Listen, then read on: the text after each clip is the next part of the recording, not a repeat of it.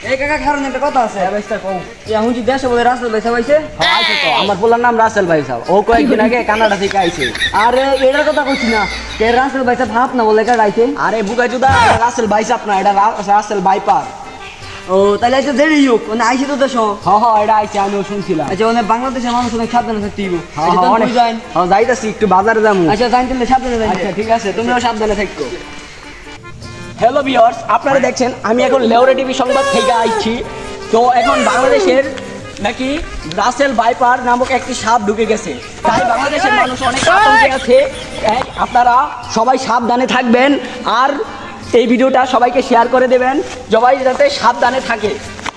তো এখন আমরা সামনের দিকে যাবো যদি কোনো লোক পাই তাহলে জিগামু যে এই এলাকার মধ্যে রাসেল ভাইপার নামক কোনো সাপ দেখা গিয়েছে কিনা চলেন হ্যালো গাইস আমরা পুরো এলাকা তন্ন করে খুঁজলাম কিন্তু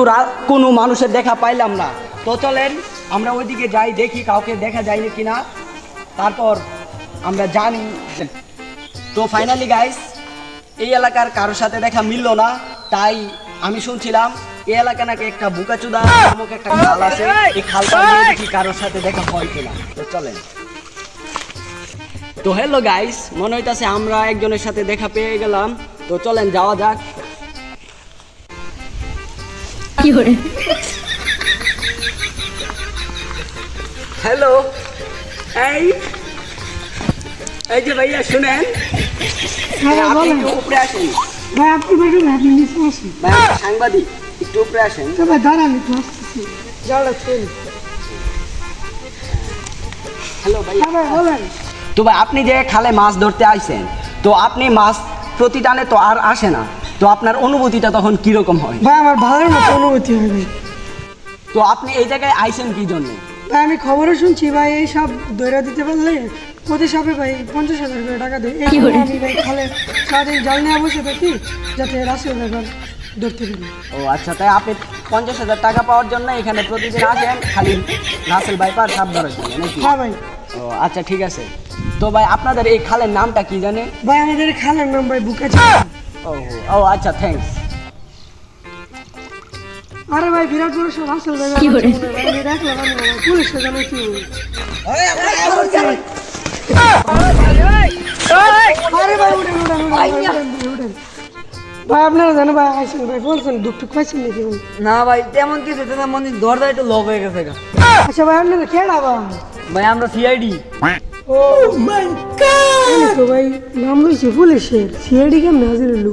ভাই আপনারা করতে হাজির হলো আরে ভাই ওখানে সিআইডি রে ফোন দূর লাগে না আর পুলিশটা ফোন দূর লাগে না নাম নিলে সিআইডি হাজির কি করে কি কইন ভাই হ্যাঁ ভাই আপনারা তো সিআইডি ভাই আমার দলের মধ্যে ভাই একটা রাসেল ভাই বেরোচ্ছে জান ভাই চেক আপ করে কি না ভাই আমার মেকআপ ছাড়াই সুন্দর লাগে মেকআপ টেকআপ করতাম না সে মেকআপ করার কথা বলছি না ভাই আমি চেক আপ করতে গেছি না ভাই আমি মেকআপ টেকআপ করি না ভাই ভাই আপনার বসে কি শোনার সমস্যা নাকি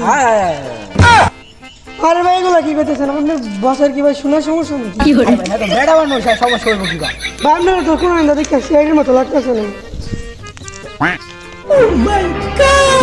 থাকলে আমি রুম নাকি সিআইডির মতো লাগতো না এই যে মেয়ে লোগো আছে সিআইডির লোগো ও ভাই এটা তো আগে দেখছিলাম না গু কালার গেঞ্জি দেখছিলাম তোর মিয়া এত কষ্ট করে মেয়ে গেঞ্জিটা পিন্ধাইছি মিয়া আমনে মেয়ে গু কালার করে মেয়ে অপমান করলেন আমারে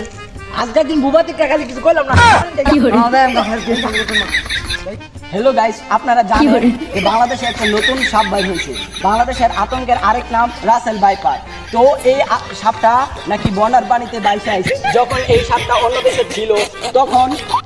ওই দেশে এই সাপের এত আনাগোনা ছিল না যখন বন্যার পানিতে বাংলাদেশে বাইসে আইছে তখন এই বাংলাদেশে এই সাপটা প্রচুর পরিমাণে ভাইরাল হয়ে গেছে বাংলাদেশে এই সাপটা প্রচুর পরিমাণ ভাইরাল হওয়ার একমাত্র কারণ হলো এই বাংলাদেশে কিছু বুকাচুদা সাংবাদিক আছে যাদের কারণে এই সাপটা এত পরিমাণে ভাইরাল হয়েছে